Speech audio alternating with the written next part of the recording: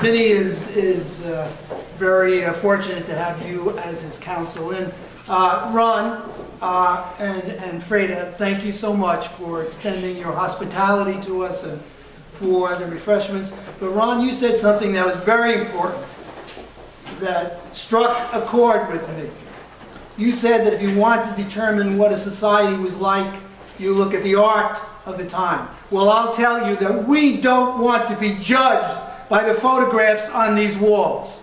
And that we're here tonight because we want to send a message that our children are being essentially devalued by the systems and policies that we have in place that are affecting their lives and their livelihoods. So I'm very privileged, I think, to be here tonight with two public officials that have been at the forefront of unlocking these cells' doors so that children will have an opportunity to demonstrate that who they are, where they come from, and given the opportunity to go forward and participate in this great American experiment. So I'm very honored to be here with Commissioner Ron Richter and Commissioner Vincent Schiraldi. These two gentlemen, I think, are in the forefront of reform, and their Close to Home initiative is such an important initiative that really reflects the idea that we're moving kids out and that institutionalization is not the way to go, that we have to rely less on institutionalization and more on alternative programming so that these young people can reflect the true values of what it means to be a child in America, in a democracy. So Richard Ross is not here, but he's given us the gift of his art. And it is that gift that we're going to reflect upon for a moment tonight. And what is that gift? He's shown us photographs of young people in claustrophobically small cells. Young people who are isolated, wearing ill-fitting and drab costumes rather than uniforms, who are as young as 10 years of age. And the texts accompanying these photographs are equally important because they demonstrate how many of these young people have been subjected to abuse at an early age, material deprivation, and a sense of not belonging, of not being connected. And what do these institutions do but reinforce that alienation, that despair, that sense of isolation? And so what we're about to do or to say tonight is to share with you this idea that these photographs are sending a message to us, a message that we should embrace in a righteously indignant manner. And by that I mean that we have a responsibility as a society that's responsible for treating children like this to change. And we can do that. So, my experience with young people, unfortunately, for 28 years, I sent some young people to institutions like this.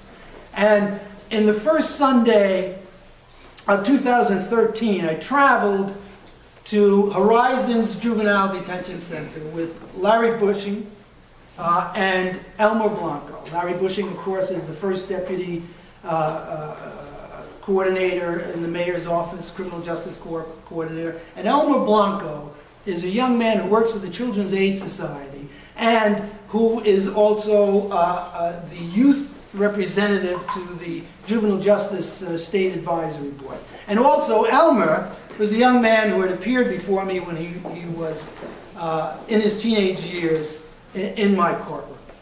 And the idea of going to Rikers well, that's a Freudian slip. I'm going to be very, very, very politically correct tonight, so I'm not going to go there.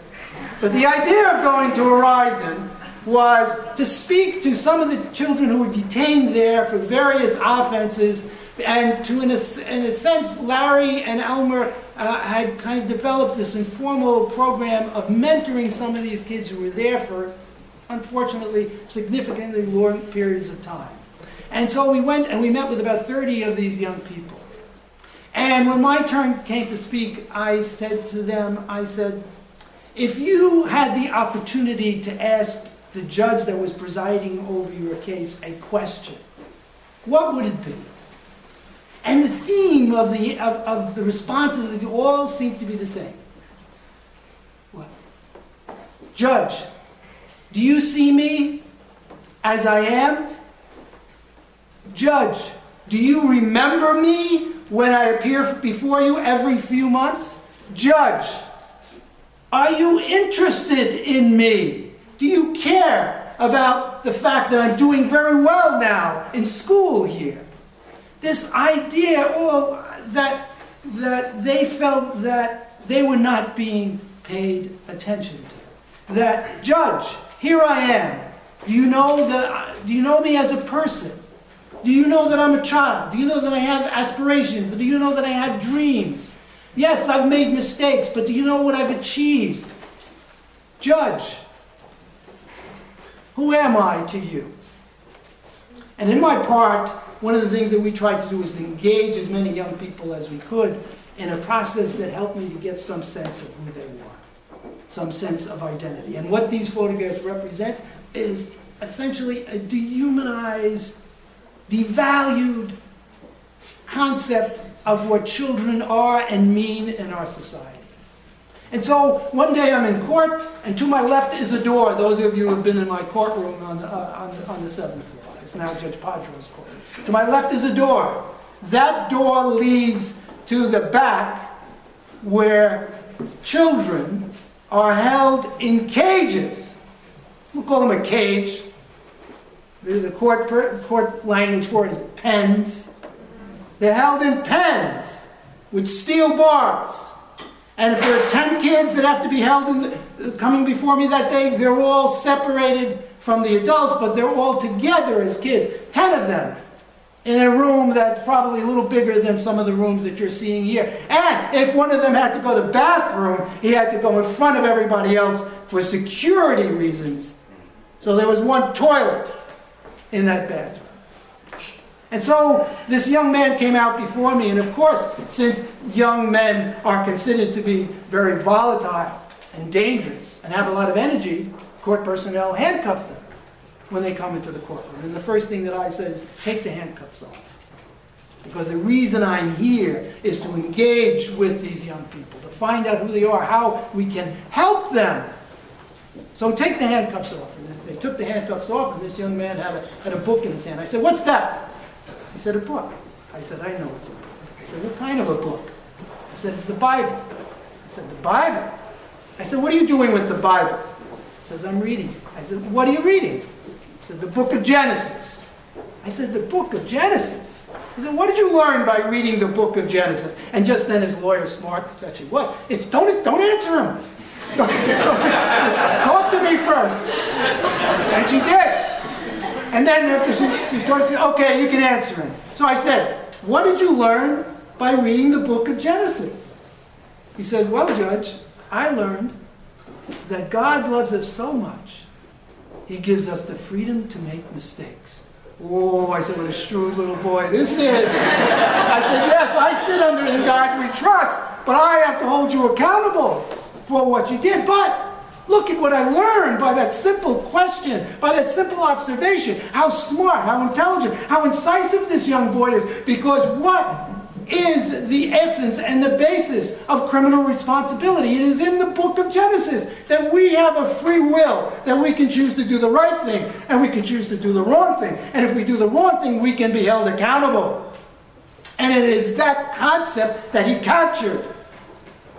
And it was out of the mouth of a 14-year-old boy. And I would not have known how smart and intelligent and incisive he was, even though he wanted to probably manipulate me in a significant way. But I don't begrudge him that. I put that on the side of, yeah, you're smart. You're doing the best you can. You're using your mind. But what Richard Ross demonstrates is how mightily difficult it is for judges to engage children who are coming out of a custodial environment which dampens and diminishes their spirits, that makes them feel like they are others, and that we do not share their humanity. What message are we sending to children? This This photograph, it's out there on the corner of the door. It struck me the last time I was here because what I was doing, I was going around trying to maybe you attempted also to put titles with respect to each of these photographs. And this one, I titled, Standing at the Altar of Despair. And that's what this represented to me. This young boy standing there facing a wall, facing a blank wall with his back towards us and something that looks like an altar. And we are responsible for this. I send kids to places like this. We are responsible because for too long, these situations have been neglected and ignored for the sake of expediency, for the sake of cost, for the sake of lack of alternative. And what Richard Ross's message is that no longer now can we ignore it. I'm showing it to you. And all of us can get a sense of what it feels like to be in a cell of that size and of that nature. I'm going to conclude because as a judge, you know, I miss talking a lot. And you're all standing. You know, nobody stands up for me anymore when I walk into a room. So we remove all the chairs. But just one story about, to me, that really sends the message and captures why we're here tonight. I had the good fortune once of reading an interview of a teacher who had dedicated his life to teaching in a prison institution, to teaching young people. And he was asked by the interviewer, how do you want these young people to feel?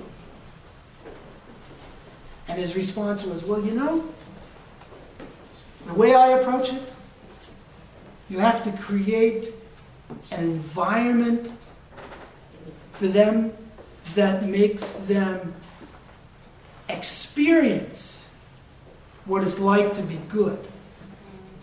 Experience what it's like to be respected. To feel that they can live in a peaceful way and achieve their goals. And he said, the challenge was to teach them that they were more than one single act, and that they had a whole life ahead of them, and that they can recover from it, and that we, society, would not necessarily penalize them for the rest of their lives for one mistake, and that we can separate the act from the actor. And what we're trying to do is give these children hope, as opposed to the despair of feeling and sensing and being locked in a cage as someone whose value we don't appreciate. So I'm honored and I'm privileged to be here with Commissioner Richter, with Commissioner Schiraldi, and it's fallen upon me to introduce Ron Richter, the Commissioner of the Administration for Children's Services, who is an outstanding commissioner, a friend. And let me tell you a little bit about him. He's been involved in this business for over 20 years, the business of improving the lives of children. First, as a lawyer with the Legal Aid Society, where he represented young people accused of juvenile delinquency, parental issues, and welfare issues. He was then a judge of the family court where he masterfully, and I say masterfully, presided over cases involving child welfare issues. And he has now been the Commissioner of the Administration for Children's Services that has the responsibility of not only providing child welfare, but also providing oversight over institutions like Horizons and places like that. So it is my honor to introduce my friend, Commissioner Richter.